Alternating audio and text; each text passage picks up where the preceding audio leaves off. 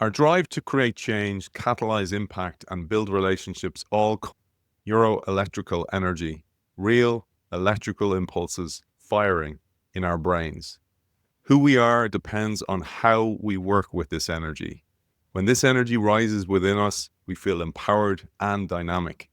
But when this energy fails, we feel down, stressed, and defeated. Today's guest shares 8 codes to apply to our challenges. Her work shows us how to effectively deal with struggles, and she tells the stories of business leaders, parents, couples, and even combat veterans, trauma survivors who use the 8 codes to rise. It is a great pleasure to welcome the author of Energy Rising, the Neuroscience of Leading with Emotional Power, Julia DiGangi. Welcome to the show. Thank you so much for having me. I'm thrilled to be here. It's great to have you on the show, and great news for our audience as well. I have a copy of Julia's brilliant book up for grabs. Just sign up to the Innovation Show Substack and you will be in the hat to win a copy of this brilliant book. Let's get started with the first thing we must all understand is that our emotions are energy. I love this quote. Our emotions are the product of a complex dance between electrical, chemical, and magnetic energies. Neuroscientists use several tools to track this brain-based choreography. Over to you, Julia, to unpack that. I just want to start here and say I'm a neuropsychologist, which means I'm a clinical psychologist with specialized expertise in the brain. And much of my work is understanding human emotion, especially the difficult or the painful emotions. So stress, fear, anxiety, rage, anger, frustration. There's a million synonyms to describe our bad feelings. A lot of times we feel just overrun by our emotions, right? We feel overrun by them in our jobs. We feel overrun by them in our homes, in our relationships, on social media, in political conversations. And a lot of times it feels like our emotions are happening to us. They're just being done to us. We're a victim to our feelings. And what I think is so exciting and so hopeful about science is this really isn't true. So then the first question is, okay, well, if I want to have a better relationship, I want to master my emotions better, what are emotions? And emotions are quite literally a neurologic energy. So I know you and I were talking before we started recording, is like, when I say this, I don't mean it metaphorically. I don't mean it metaphysically. I mean it neuropsychologically. So the only reason I'm able to do my fMRI or EEG research is because of the neurochemical properties of emotions. So, we don't have to get overly academic because I really want this to be super practical for people. But I think the most powerful way to think about emotions is simply like this. Your emotions are the Google Maps of your life. They are this sacred, scientific, neurochemical, neuroelectrical guidance system that is telling you, imagine you're driving through your life and your emotions are like, at the next intersection, please turn right and immediately leave this conversation. At the next intersection, please, it's time to leave this job or turn off work for the week or whatever. And what a lot of us are doing is we're staying on this behavioral highway, paying absolutely no attention to this really profound guidance system in our nervous system. And then we end up in our lives feeling lost, feeling confused, feeling hopeless, feeling turned around, feeling disoriented. So the most powerful human beings on the planet are the human beings who know how to integrate these emotional sensations with behavioral action. But a lot of times what we're doing is we feel things, we totally disregard the feeling, we're behaving outside of an emotional context, and then we wreck our businesses, we wreck our families. And so I'm a huge advocate of emotional intelligence. I know there's so many complex ways to think about emotional. I think emotional intelligence is quite simple. It's how powerfully am I thinking about the value of emotion? And when leaders can understand this, I know this is going to sound dramatic, it will change the entire game. Because the native language, and this is another really big piece that I want people to understand, the native, universal, and most primitive language of the human being is the language of emotion. We all first came into this world speaking only a language of emotion, and to be even more direct, we were speaking a language of painful emotion. We all came out red-faced, screaming, terrified, enraged. I do a lot of work in human relationships. So I'm brought into teams, I'm brought into big global companies, I work with entrepreneurs, I work with couples, I work with parents. A lot of times what happens is people will do things and say things like, I really care about you. But the truth of the emotional energy is right now, I actually don't care that much about you. Or I'm going to say to you, here's a big one that I think people are going to really resonate with. Haven't you ever been in a room with somebody and you said, hey, like in one way or another, like that offended me or that hurt my feelings. And the person goes, I'm sorry. And you thought to yourself, or maybe you even said, I heard those words coming out of your mouth, but that felt not one bit like an actual apology. Because what that's really showing is the human nervous system is wired to quite literally read the energy of emotion. So the words coming out of your mouth, if you think about language as a neurologic function, it's much, much more secondary. We didn't develop profound language until much later in development. Then we developed emotion. So I don't care about the words coming out of people's mouth. I care about the emotional energy. Beautiful. And you distill those emotions down to just two kinds of emotional energies, ones that hurt and ones that heal. And you call these energies emotional pain and emotional power. I thought we'd share that with our audience before we get into the codes that you introduce in the book. Absolutely. So one thing I think is emotions are confusing, and I want to talk to you. I think we can talk about all the codes. I think your audience might really benefit from having a really interesting, I think, inspiring conversation about uncertainty. So our the nervous system's relationship with uncertainty and how do we lead through it. But emotions are inherently, when we're highly emotional, we know, again, I'm a neuropsychologist, so one of the things that we understand very clearly is like when emotions are high, our cognitive abilities drop, right? So our ability to think clearly, our ability to problem solve, our ability to strategize, our ability to emotionally regulate. So as emotion goes high, it's very common that cognitive abilities will diminish in those moments. So I was like, well, it's not really useful if we're feeling triggered or we're feeling stressed out or we're feeling overwhelmed. I can't think about 17,000 different emotions. I can't be like, is this grief? And what's the response to grief? And is this fear? And is it? So I was like, okay, the brain is the most powerful real estate on the planet. And for almost all of us, it's less than 3 pounds. So it's the most valuable real estate. We could give truly probably thousands of synonyms for emotions, right? Happy, sad, joyful, excited, elated. We could go on and on. But if you think about the brain, it's not like each emotion has a different neural circuit. What happens is the things that feel bad, whether it's fear, whether it's stress, whether it's frustration, whether it's irritation, whether it's rage, whether it's trauma, whether it's annoyance, whether it's those bad feelings are happening along the same neural circuit. So we can certainly in language, and I love words, so I love the complexity of words, but you can reduce all of those bad feelings down to emotional pain, meaning I don't like the way this feels in my body. That's it. Now, those things are on a continuum. I could be a little bit irritated and I could also be totally traumatized, right? But nonetheless, those parts of the brain are those parts of the brain. And if you really think about it, it's either feeling, I suppose it could be precisely neutral, but for most of us, we're going in one direction or the other. Either what's happening right now in my life is feeling bad or it's feeling good. So the mirror, so I have emotional pain on one side, and the opposite side is emotional power. And emotional power is all the things every single human being wants. I did a lot of international humanitarian aid, international development work. I worked at the White House. I worked on U.S. presidential campaigns. So I've really worked at very macro levels, and I've worked all around the globe. And I never thought I was going to become a neuropsychologist. So fun family fact, I come from a lineage of psychologists. Our family holidays are very fun. My father's a psychologist. So I just always thought that was like his thing. He wasn't territorial about it. It was just like, I think a lot of kids want to differentiate from their parents in very natural, good ways. So I always thought I was going to be a journalist. And then I got really into political advocacy. And What started to happen to me, though, is I was all around the world watching, no matter where I was, whether I was in Lagos, Nigeria, whether I was in Buenos Aires, whether I was in Detroit or Chicago, I was seeing trauma looked like trauma.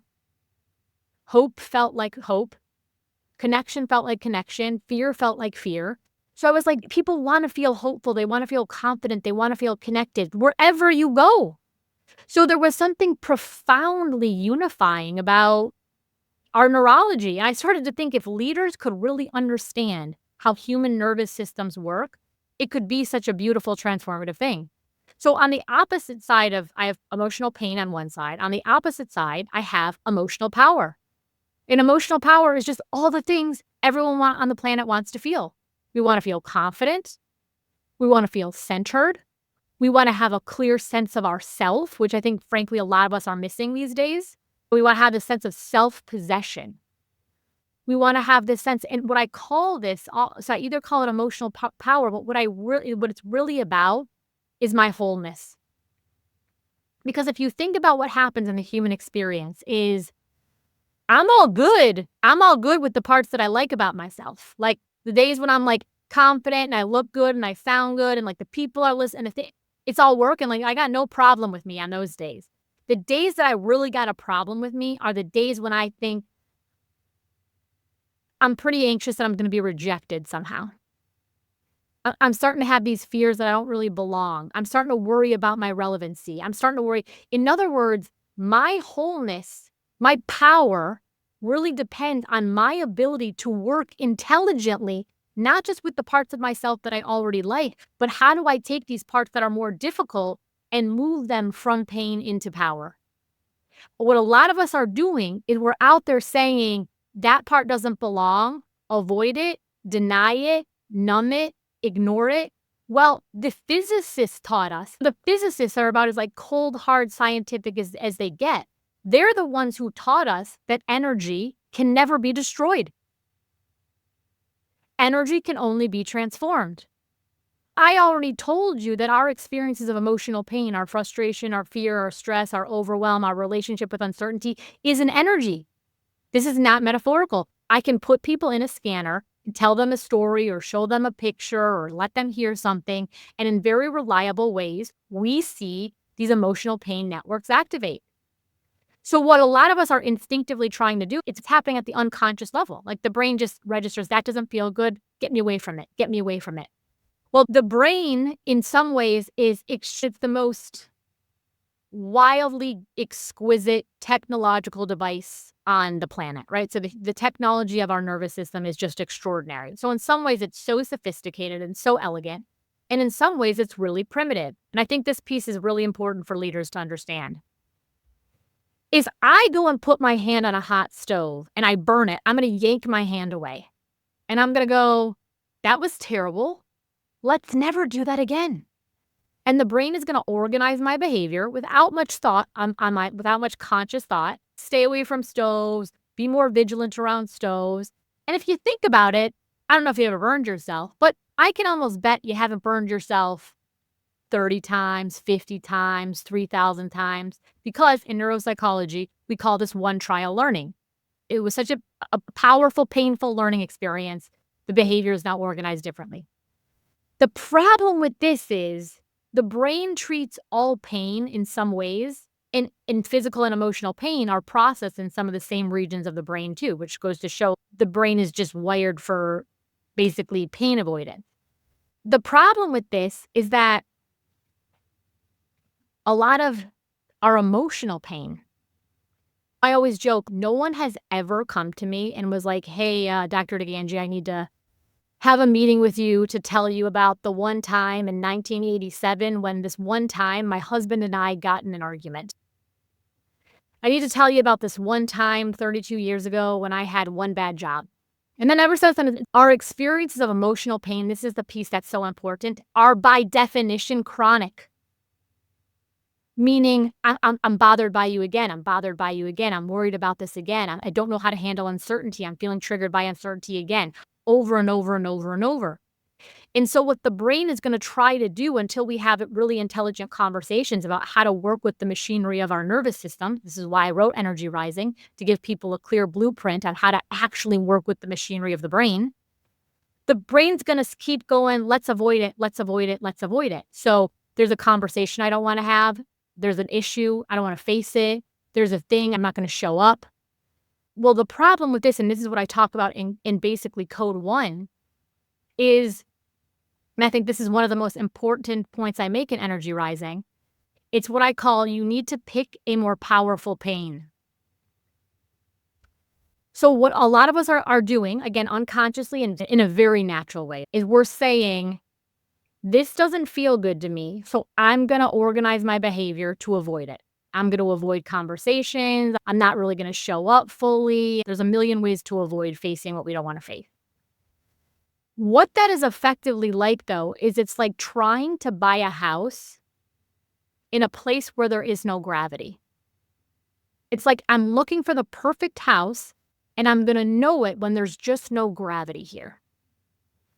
Now, your real estate person would be like, so I have to have a very difficult conversation with you, Julia. This is going to require a tremendous amount of resources, and I'm very confident it's not going to work out because there's always gravity. And this is what I am on this planet to teach people. What the human experience is fundamentally about is it is about confronting resistance.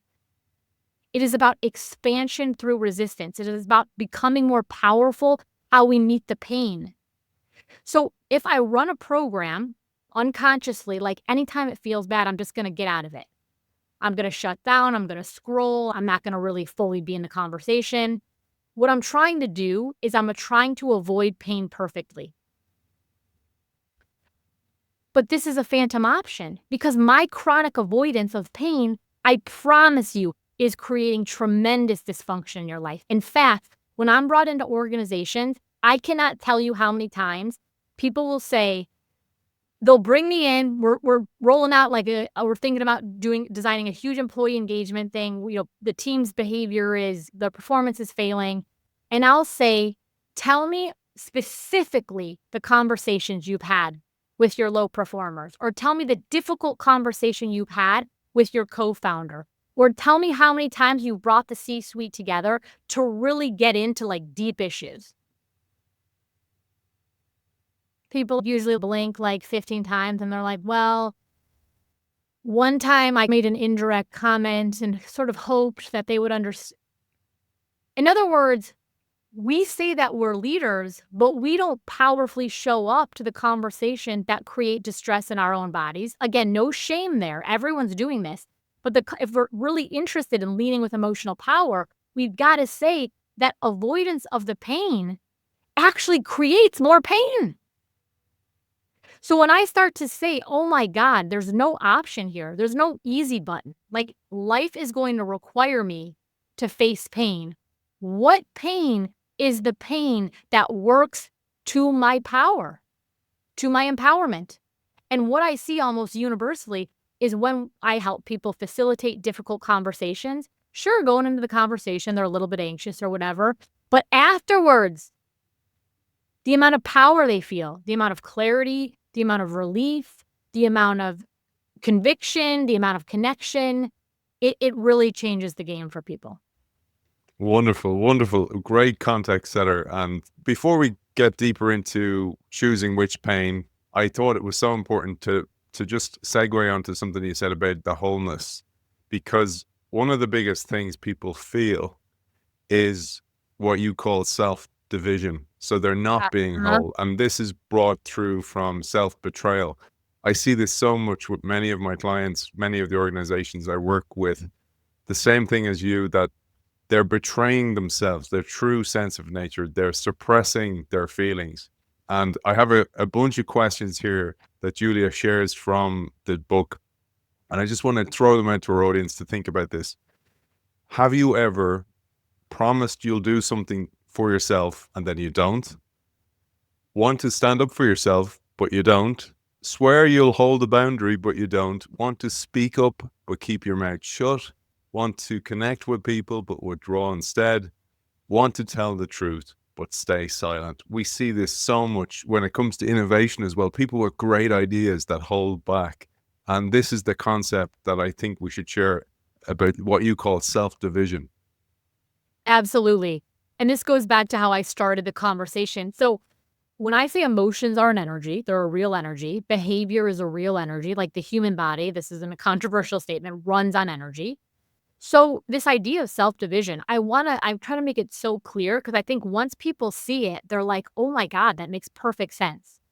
So if I was gonna like make a jet or a plane, and I was like, I have these engines, and I'm gonna have a couple of engines going in one direction, but then I'm gonna have a couple of engines that drive the plane in the exact opposite direction. You would be like, I don't actually think you're an engineer because that is a dumb idea. What are you talking about? Like, why would you try to push in one way and then push in the other way? All you're gonna do is expend a lot of energy and not really go anywhere. Perfect sense, right? Well, sometimes our own lives are so close to us, it's hard to get perspective on it. What I started off saying, and you're bringing in this idea of self-division, and this is precisely it, is when the energy of my emotion, that neurologic guidance system, is saying, hey, I'm really exhausted. And then in that moment, I use my behavior to overwork, to overcommunicate, to overfunction. In those moments, I have divided, quite literally, I have divided the energy of my emotion from the energy of my behavior. This is self-division. Now, we can even be agnostic to, at first, we could be agnostic to is it good or it's bad. Let's just agree that there's a physics here. That if I'm saying over and over again, oh God, like, you brought up this innovation thing. I could not agree with you more. But the whole idea, once you see it too, it almost, you got to have a good sense of humor about it. It's like, if everybody was already doing it, it wouldn't be innovative. So by virtue of it being innovative, of course, some people are going to be like, well, that idea sounds pretty weird.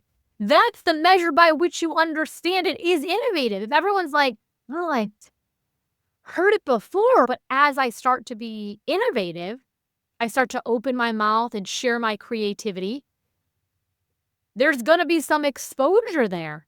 Invariably, some people are going to be like, we don't get it. And a lot of times when people say we don't get it, they don't sound soft and fuzzy. So if I have this emotional impulse for creation, for innovation, and then what do? I use my behavior to keep my mouth shut, to not innovate, to work a job that's boring my soul to a pulp. In those moments, I have engaged in self-abandonment and self-division. I have divided the energy of my emotion from the energy of my behavior. Well, the consequence of this, again, I tend to be ruthlessly pragmatic. Human energy, if I was like, hey, so I got a great idea. We're just going to run for 37 hours straight. You'd be like, that's not a good idea for so many reasons, including you just energetically can't sustain that. I got a great idea. We're just going to go for we need some water conservation efforts. So we're going to start drinking water every 6 days now. It's like that you just that wouldn't work. Okay. So when we're chronically out there dividing the neurologic energy of our emotion from the neurologic energy of our behavior, the consequence is mathematical. You are expending energy. There's no doubt there, but you're not moving anywhere. And so what starts to happen is you start to feel depleted. You start to feel confused. There's this sense of like, why is nothing working? I'm working so hard. This is what I hear a lot. I'm working so hard, but nothing's working. Well, it's because you're taking 5 steps in one direction and then 5 steps in the other. And if that goes on for long enough, it looks like hopelessness. It looks like stuckness. It looks like feeling pretty bedraggled and just burnt out. So the importance of really understanding how to intelligently harness emotional energy, I think is the most powerful work at this moment in human history. So many places I wanted to jump in and go, yes, sing it from the rooftops. One of the things you mentioned there about is if the idea isn't innovative enough, Einstein said this. He said, if the idea isn't at first absurd. There's no hope for it. Jeff Bezos, for example, he talks about this, that if you're going to innovate, you're going to be misunderstood for long, long periods of time. And the reason I say that is to build on what you were saying, but also to point out something that's so, so vital to your work and for transformation on a personal level or an organizational level, is that you have to be confident with yourself. You have to have your own house in order as yourself if you're going to be the leader of this change. If you're going to be an innovator as well, you have to work on yourself because you're going to be misunderstood. And then I'd love you to build on that maybe and tell us about how other people will almost be like gravity and try and hold you back because they don't want you to change. I think you're right on. I think one of the most powerful things is, so sometimes people will say like, I've done a ton of these podcasts now, or, even if I'm like speaking, people will ask like, ask questions afterwards. And obviously I could talk about this stuff. Like if I had a million lifetimes to live, I would live it on this altar of human pain and human power and the brain. I just think it's all so extraordinary. But if, someone's like, what is like one thing I could do to like significantly increase my emotional power? The answer would be decide that you're powerful enough to be misunderstood. Decide that you are powerful enough to be misunderstood. Because what happens is we are herd animals. We are herd animals. And since we were teeny tiny little babies, we literally regulated our nervous systems by the presence of other human beings. This does not change. This does not categorically change across human development. We know. So there's a lot of interpersonal neuropsychology, neurobiology now. So sometimes my mom will joke like, are you ever going to come up with a scientific study that when you tell me a conclusion that I didn't already know, So I'll be like, Mom, like we did like this amazing study. There's an amazing study where we're learning that like spouses are really changing each other's nervous system. So we'll have good data about pupil dilation or skin conductance or cortisol levels. My mom's like, I already knew my husband stressed me out, But my point here is just like across the lifespan, now there's starting to be interesting studies in workplace contexts. So coworkers, again, I think a lot of us intuitively already knew this, but our coworkers can soothe us and our coworkers can dysregulate us. So there's this profound attachment. And I don't mean attachment in like a hallmark, like, oh, I also mean it like that, sure. But I again mean it very scientifically. Like, if we want to make powerful change in our life, we've got to work with reality. One of my PhD advisors would say, it's a little bit crude, but I'm going to do it. He would go, shit in one hand and wish in the other and watch which one fills up first. So I think a lot of times we fail ourselves because we're not really working in alignment with reality. And so I think we got to say like, well, what are the changes? What are the changes that we really want to make here? What's coming up for you as I say these things? Loads of stuff, but one of the things that's coming up is it keeps knocking on my head's door about self-division is that there's so many people working in organizations and they're miserable and they're disengaged, but it's because of this. I truly believe it's because they're denying themselves being who they truly could be, but also the behaviors and the values of the organization don't meet their own values. And so they have this personally, the neuroenergetic self-division, but then also the values self-division. And Totally. there's so much going on there. So, I want to talk, we got to talk about uncertainty, but I want to make this final point about being powerful enough to be misunderstood. If I need, and I know some people aren't, but I think a lot of us are profoundly people pleasing.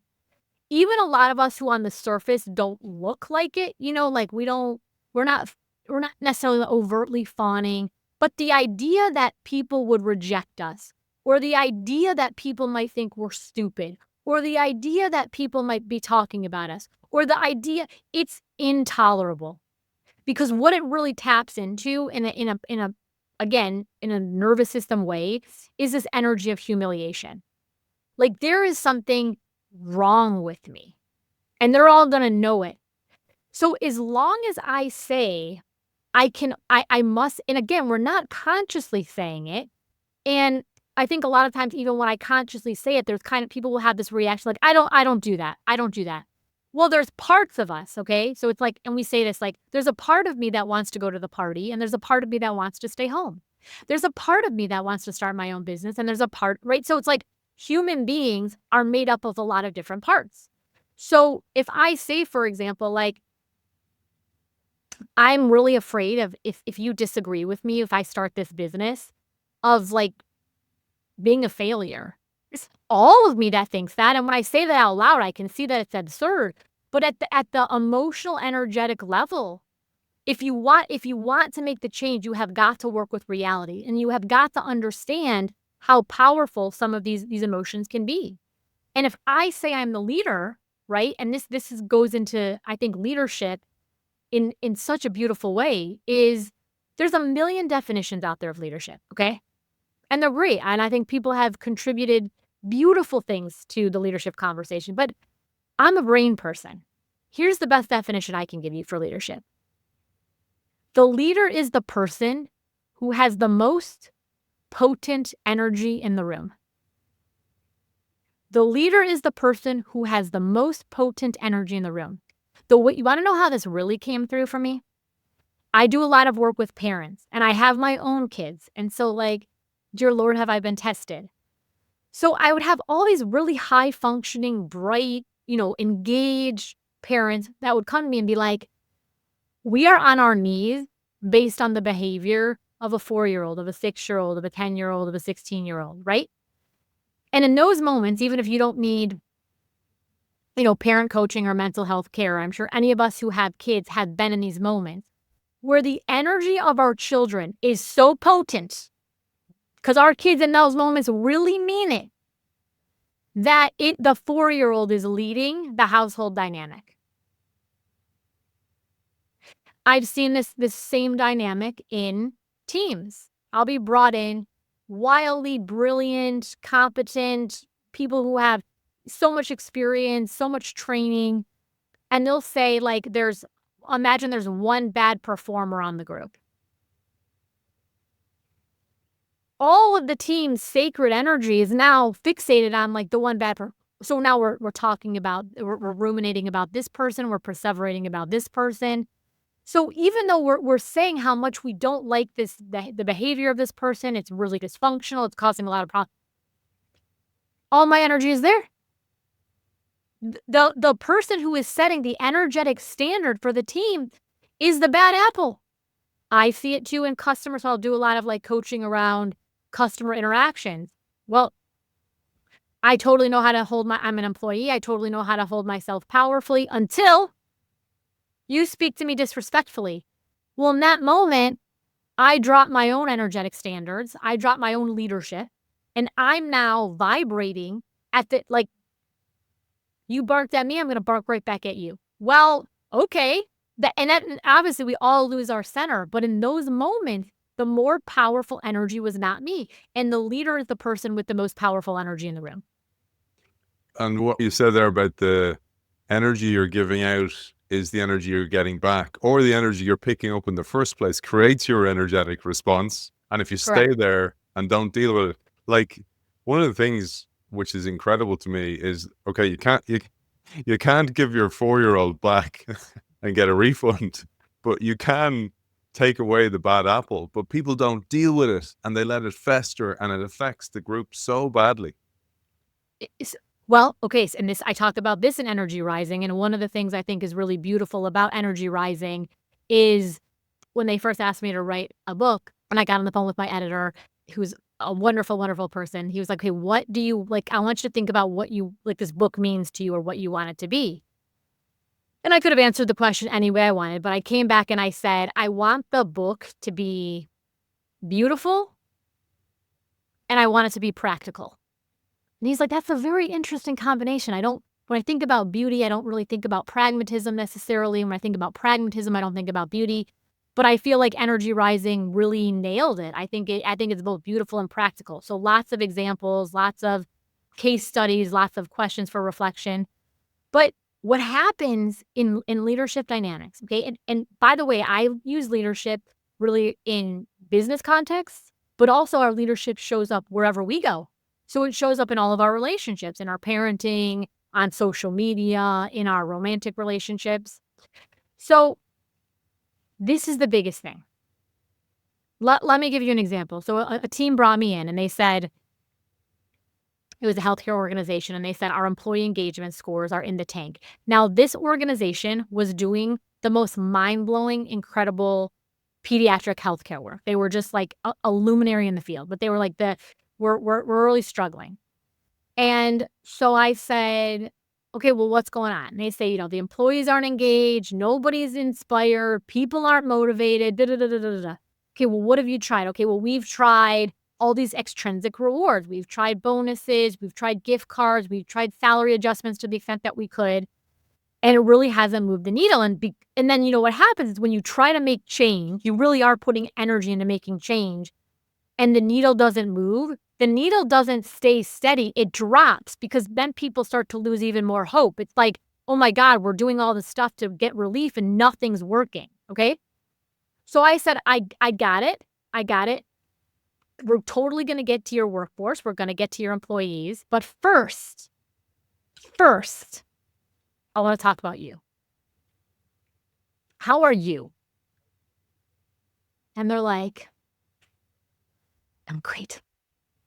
And I was like, are you feeling particularly engaged? No.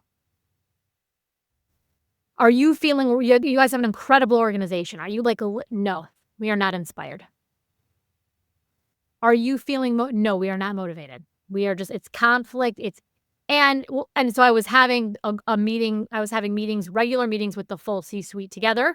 And then I was doing one-on-ones. In the one-on-ones, people were crying to me behind closed doors. They were talking about all this conflict. They really liked people who were also on the C-suite with them, but there was a lot of strain, relational strain. Have you ever had these? No, we've never had these conversations. Okay. So what then as a neuropsychologist, I think, well, what are emotions? Because this lack of inspiration, lack of motivation, lack of momentum, this is all an emotional phenomenon. So emotions are quite literally an energy of contagion. We catch each other's emotions the way we catch a cold. This is what it means to be a herd animal. And you don't even need me to go into the neuroscientific literature because this is true based on your own experience. Plenty of times you have been in a good mood and you have walked into a room where people were in a bad mood and felt your own energy sink like a lead balloon. The alternative is also true. You've walked in where people are laughing hysterically. You don't even know what they're laughing about, and now you're laughing hysterically. This is the neural basis of empathy. You've had an emotional experience, and now I am connected in that with you. So it works both ways. It works, and then leadership and hierarchy is also natural. Like species arrange themselves. So if you're saying I am the leader of this organization, and the reason I am not motivated is because you people aren't motivated, I want to gently but powerfully say who is really the leader here. One of the reasons I am on fire for what I call emotional pain, and again, remember, it doesn't mean we're writhing in excruciating pain. It just means frustrated, irritated, unmotivated, feeling stuck, all that's a bad feeling in the body, is on the days when it is easy, on the days when the people are agreeing and the things are working and the customers are buying and the people are listening, anyone can lead. My leadership is forged in the fire of fierce feelings. So on the days when the things are not working, on the days when I do not like the words coming out of your mouth, on the days when I have got to have a conversation with you about an issue that I thought that we already resolved, on the days when you're asking me to be transparent with you and I'm anxious, I'm a little bit afraid about who am I in those moments? There is no greater measure of my leadership. Because anybody can lead when the feelings are easy. Talk to me about who I am in the resistance. The world is salivating for people who know how to lead through hard feelings. And I'm going to tell you something else. Don't bullshit people. And don't bullshit people not because it's a not nice thing to do. Don't bullshit people because it don't work.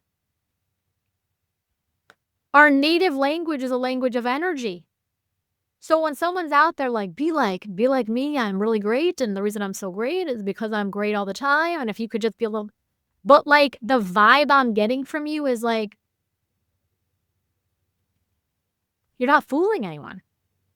And you're not fooling anyone because this thing, i.e. my nervous system, has been evolving for millions and millions and millions and millions and millions of years to understand how to read energy. One of the places that showed up so much, and you mentioned it also in the book, there's a great saying, any turkey can fly in a storm. So when things are going well, even a turkey can fly, right? And when we saw COVID and we saw the great resignation, if you want to call it that, people saw the true colors of the so-called leaders in their organizations because things got tough. And I'd love you to expand on that, because one of the things where we see this often with our audience in transformation and innovation is that there's a restructure in the organization and the leadership go quiet, leaving people in this vacuum of communication, and all kinds of thoughts or feelings come to mind in those times. Absolutely. Should we take the long way? Because I'm actually going to write that down. Should we take the long way down and integrate uncertainty into this? Because the reason actually not communicating is because they're uncertain. A good idea. Yeah. The human brain effectively has an allergy to uncertainty. Okay. We pay more attention to the intelligent operation of our cell phone or now Chat GPT than we pay to the intelligent handling of the most extraordinary machine we'll ever use, which is our own nervous system. Okay. So it's worth saying that I would say one of the biggest questions I get asked is, how do I deal with uncertainty? And then, people will add their own situational specifics. This layoff, this merger, I want to launch this business, this divorce, whatever. But what they're really saying is like, how do I manage myself in a future that is currently unknown? Well, it's worth asking the question, why? Because I think a lot of times we want to get into the solving, but we don't really understand the mechanics of what's going on. Once I really understand the mechanics of what's going on and like how the machinery is operating, then I can be like, okay, this is how the machine works. This really would give me relief. So almost all human beings have some, and people have varying degrees, but there's a point where we all don't like uncertainty. Why? Why am I not sitting here being like, yeah, hope feels, people just really don't like hope. People are not allergic to hope. People are allergic to uncertainty. Why? Okay, the brain is a pattern detection machine. So the brain is quite literally in the business of taking past data and superimposing it on future situations. So what this means is your brain is moving you through your life going apple, apple, apple. There's a blank. What could it be? And then your brain goes, it's an apple. Now, it could have been a pen. It could have been a banana. It could have been a dog. But your brain predicted it was going to be an apple. Now, this is insanely adaptive. Could you imagine having to it's just, we've all had the example of we're driving home, listening to a podcast or on the phone, and we just end up in our driveway. It's like, I have no recollection of how I got here. I'm just here, right? So the brain's kind of really running all this coding to help you manage your pattern unconsciously. Great. There's really only, if you think about this, one emotional state. This is so important for leaders to get. There's really only one emotional state that the brain neurophysiologically can't really tolerate. Apple, apple, apple. The prediction machine is going to predict. That's like saying the lungs should stop exhaling. It's like, again, looking for a house without gravity. It's going to do what it's going to do. So in the absence of information, your brain is going to predict something, and it's going to predict something that is going to try to make you more safe So you're more likely to survive. This is why we've all had an experience like this, like somebody doesn't get back to you as soon as you would like them to get back to you. A client, a friend, and you're like, oh my God, the deal's done. The deal's off. The whole thing's, I can't believe. We're like, my friend who I've known since I'm 4 hates me. Like, we're not friends. It's like, and then they get back online and they're like, oh, sorry. Like, I left my cell phone in my car last night. And you're like, oh, gotta walk that back. So it's what happened in those moments is it's like apple, apple, apple. And the apple now is like the customer should have responded by now. The friend should have texted back by now. And because the brain can't naturally sit in ambiguity because the pattern detector wants to close the pattern, it's going to predict. Well, it's more beneficial to our survival that it predicts something that will defend me. So if I now start to activate my fight or flight response, I can't really trust you. I gotta now, you're not going to give me these resources. I now got to organize myself in a new direction. So if we don't know first we have to understand the brain is a pattern detection machine, and the brain is going to predict in a way that optimizes survival, not success, not well-being, not happiness, survival. Okay, fine. Well, the only affect, because the brain is really running on emotional energy. I want you to think about this. I'm going to take a turn here, but it's worth taking the turn. The whole of human consciousness rises on the energy of emotion. Why? Because nothing has any meaning until you have a feeling about it. Nothing has any meaning until you have a feeling about it. So are you a good father? I don't know. How do you feel about it? Have you achieved enough? I don't know. How do you feel about it? Do you make enough money? Do you have enough time? Have you been productive enough? Is there more for you to achieve? It all is ultimately mediated by feeling. So the pattern detection machine is really running on an energy of emotion. So it's like, this feels good. This feels good. This feels good. The next thing should feel good. People like me. People like me. People like me. I would get into a new environment and predict reasonably that people would like me. The only affective state that the pattern detector doesn't know how to deal with is confusion. Apple, apple, apple. I don't know. I think it should be is it an apple? Should it be a banana? Is it a watermelon? Well, the brain, because the pattern, like the lungs are going to breathe, the pattern detector is going to predict, it's going to close that loop. So uncertainty, the affective experience of uncertainty is confusion. So people hate being confused. And in fact, I would suggest to you, this is pretty radical. People hate being confused more than anything else because I know what to do with rage. I know what to do with suspicion. I know what to do with happiness. I know what to do with fear. But the one thing I can't really neurologically tolerate is confusion or uncertainty or ambivalence or ambiguity. Again, we can use a million semantics. The neurology is the same. So here's what happened, okay? I start to think, well, okay, the brain doesn't like uncertainty.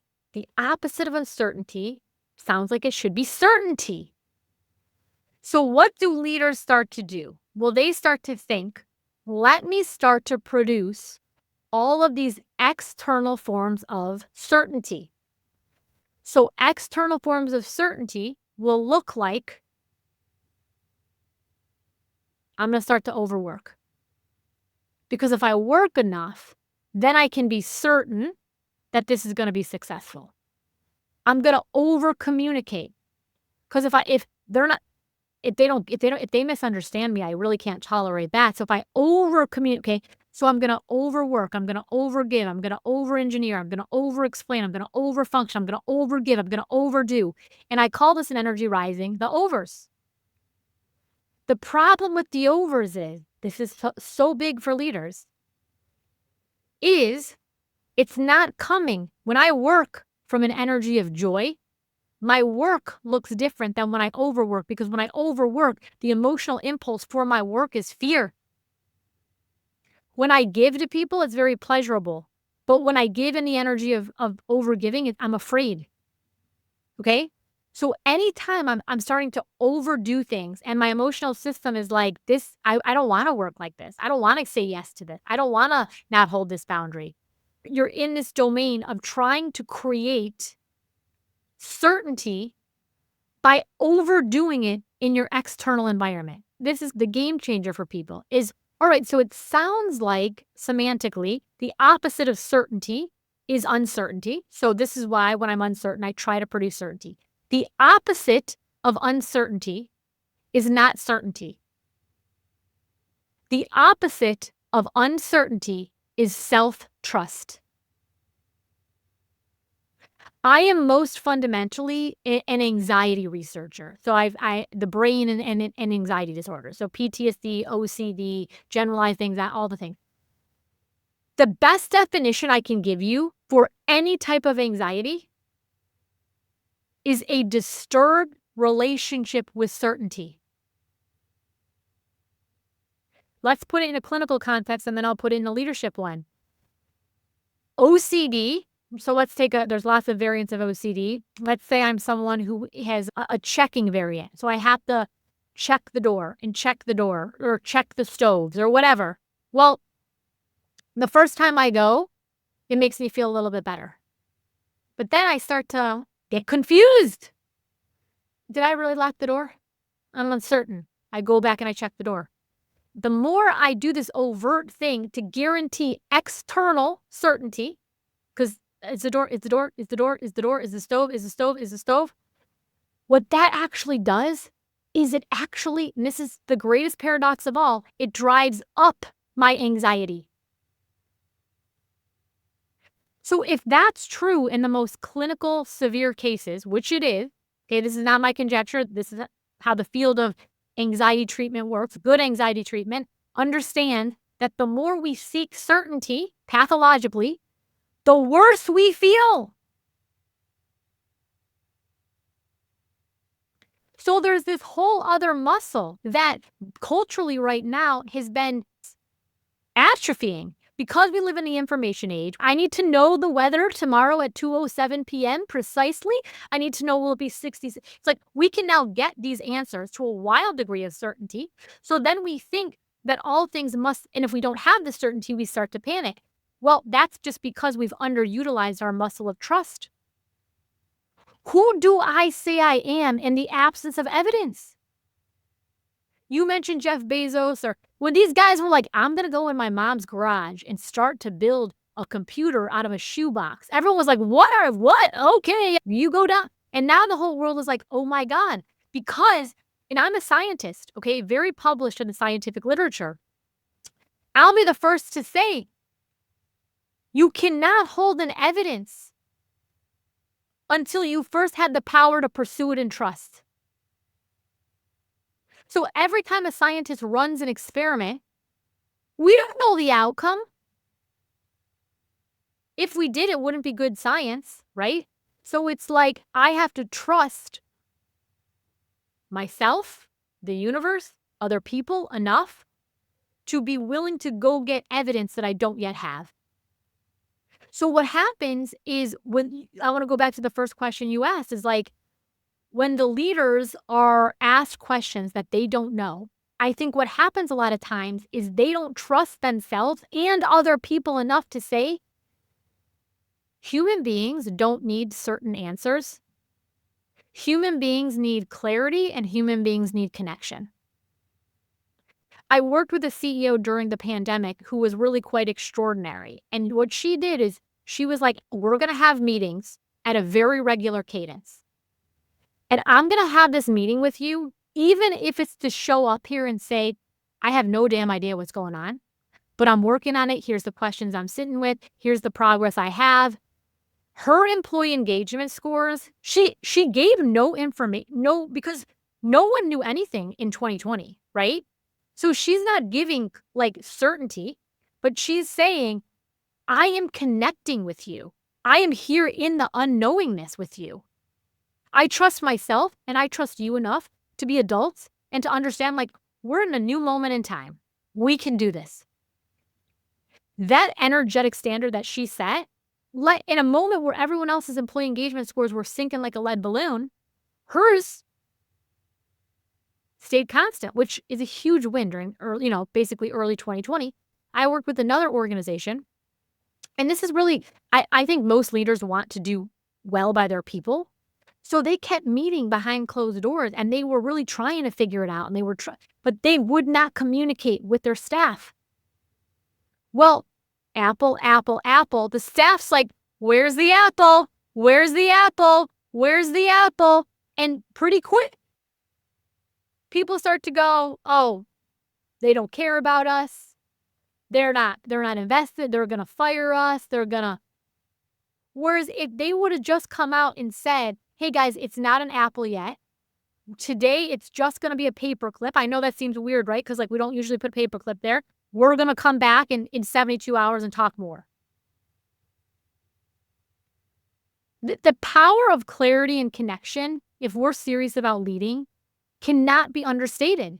And this idea that we need to have certainty, it's a bullshit story that's really just pathological perfectionism. It's 2024. We got to be done with that. When I read that story about the two different leadership approaches within the pandemic, the quote by the poet and Nobel laureate Maya Angelou came to mind, that nobody remembers what you did, but they remember how you made them feel. And to the very point of your book, this leader made people feel that they were human, that they were connected, that they were part of this community, that they were all going through it together. And even that sharing, I don't have anything to share, is connection with people. It's like, haven't your spouse ever walked in and if your spouse is just kind of quiet, if the spouse says to the other spouse, hey, I just had a day, this isn't about you, I just it changes the fate of that family for the evening. Why? Because you helped your spouse close the pattern detector. Oh, this isn't about me. You're not mad at me. It wasn't. Brilliant. I will be using that in the future. We all will, if there's anything we get out of the show. I just wanted to remind our audience, I have a copy up for grabs. You're going to need it because we haven't even got into the codes in any way, shape, or form. Julia mentioned that there's so many self-reflections in the book, so many great examples. One of the ones I wanted to pull at was, one of the things I just wanted to emphasize with our audience is, many of them work in change. Many of them work in transformation, heads of innovation, heads of transformation. And there's sometimes a feeling from that person that, oh my God, I wish this place had changed. They're dinosaurs. They don't see the future. That's why understanding this is so, so powerful. Having the empathy to understand they're expecting another apple, and you're going and saying, no, we need a new species of apple here that's going to survive and going to be so, so effective. And everybody's going to go, we're so used to the apples. Don't be giving us change. Yeah, I think you're making such a good point. And it's like, if everybody's expecting an apple, I don't need to personalize it. It's just like, okay, why wouldn't their brain expect an apple? Got it. But if I'm saying it's got to be a banana, I got to come in there. Remember my definition of leadership? I got to come in there with real potent energy. Because what happens, honestly, and quite often, is people will be like, does anybody think that we should maybe do a banana? And then there's so much momentum. It's like apple, apple, apple, apple, apple. It's like, does anybody want to do a banana? And then it's like, they don't like my idea. Nobody here wants to change. People are, I got to come in like, you guys, I'm going to blow your mind. No longer do we need to wash fruit. Think about this. Think about this. You can put this thing in your bag. No longer, we're tired of red. We're tired of red. How about yellow? This thing, you peel it and it's you got to come in with energy for the very thing you want other people. The whole idea of leadership, and this could be a whole nother conversation. I think a lot about the energy of words, okay? And because I do a lot of corporate work, a lot of work with entrepreneurs, and then I also see patients. So I'm talk therapy. Talk is the medicine, okay? I believe that words have an energy and a vibration. A lot of times we say words so many times, we just forget their power. So leadership is a word that's been said so many times. There's just so much trope associated with it. So this is the shift I like to make for people. Leadership is the creation energy. Leadership is the I am frequency. It's the idea that I have a vision in my head and I am going to materialize it in the external world. And it is going to be so clear for people, so able to grasp that like they are going to be magnetized to this vision. I read something the other day that I can't stop thinking about is Robert Frost, before he died, wrote something in Life magazine, and it was about the founding fathers of the United States. And he said they didn't believe in democracy. They didn't believe in it. They believed into democracy. In other words, they took their very life force, their imagination, their visions, their hopes, their fears, their creativity, and built something it was fueled by their own energy. So what I'm saying here is this idea of leadership is like, if we want to lead, if we want to help people change, we've got to be the energetic standard that other people are going to calibrate to. And I talk more about these ideas of how to become more magnetic as a leader in energy rising. But I think this conversation, I hope that it's really helpful to people. Julia, do you want to do a part two? Will we do a part two? Yeah, I would love to. We'll find an hour another day, will we? Yeah. Because I haven't even got near any of my notes. I'd love to do a part two as well. I just wanted to mention your idea, the creation, the believing into it. I'm such a huge believer of that. I think one of the reasons why your book resonated, and I use that word specifically because it vibrated at the right frequency with me, was because I count myself so lucky. Now, I've made many mistakes in the past. I've learned from some of them. But my life truly started to get better when I cut off the energy leaks in my life, when I stopped regretting things, when I stopped being bitter about things. And the way I visualized it in my head was this was energy that was being squandered on things. And now I have energy to create. The show came from that. My book came from that. I'm sure it's the same from you. But this is something that I really want our audience to know about, and something that, which really is the whole title of the book. It's Energy Rising.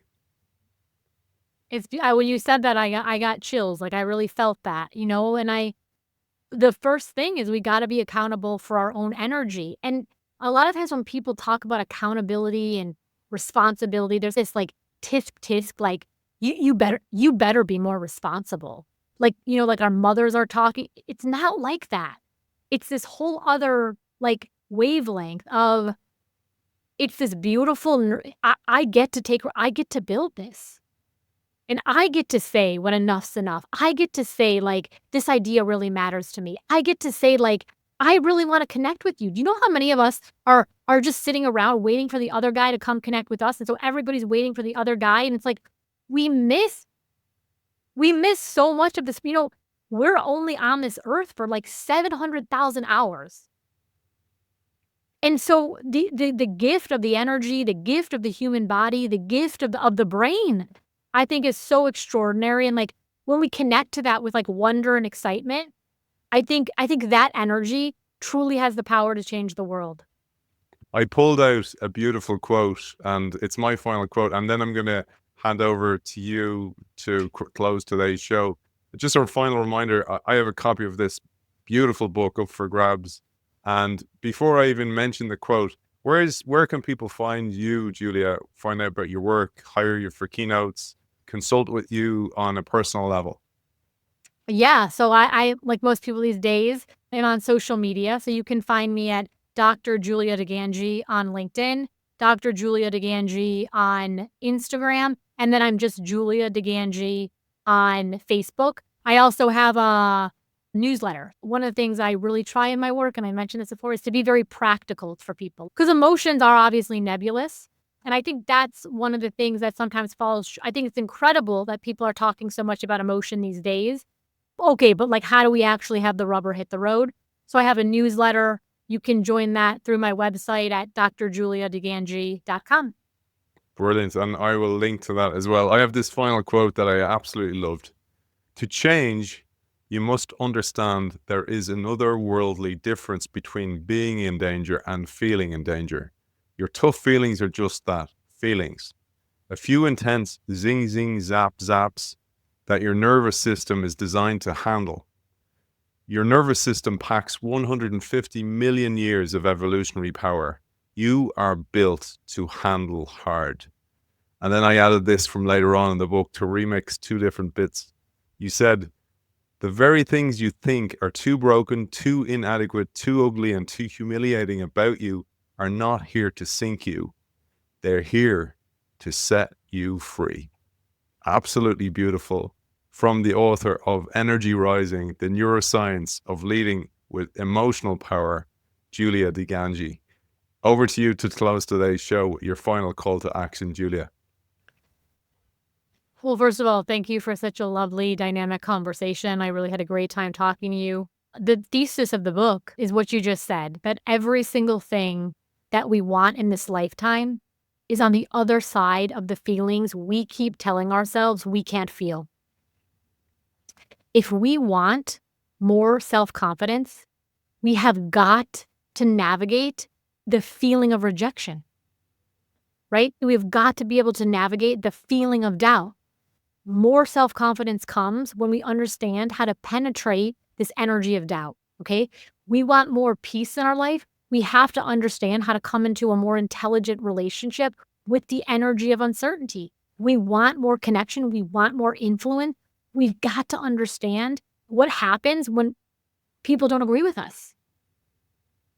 So it's like, I think we spend so much time trying to avoid feelings that your nervous system, the entire reason it exists across evolution, is to feel hard feelings. When we understand that those feelings are not here to torment us, they're here to lead us home, our lives change in the most profound ways. This is not abstract. I have seen so many people who do the work just create entirely different lives for themselves. Julia DiGangi, thank you for joining us. Thank you.